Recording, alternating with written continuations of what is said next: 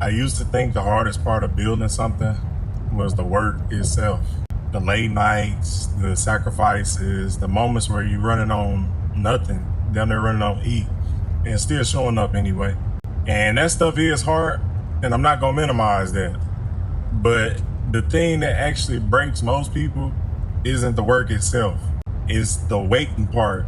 That stretch of time between when you plant something and when it actually starts to produce fruit or results. The part where you've already made the decision to commit to something or to put the work in to start something, and you already got skin in the game, and nothing visible has really happened yet, from the work that you put in.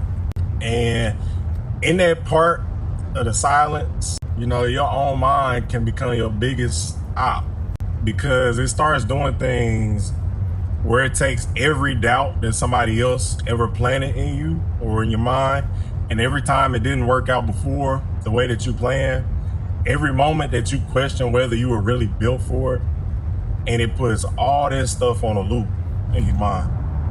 And the dangerous part of that loop is that it actually sounds rational, or it could sound like wisdom sometimes, like maybe you just being realistic, maybe you're protecting yourself from disappointment. But most of the time it's just fear, and learn how to speak in a familiar voice. The vision doesn't die from lack of talent. It don't die from lack of opportunity, or I would say even lack of support, even though sometimes that could be the case. But a lot of times it dies in the waiting room, when the silence starts to get loud enough that you start negotiating with yourself about whether it was really worth pursuing in the first place.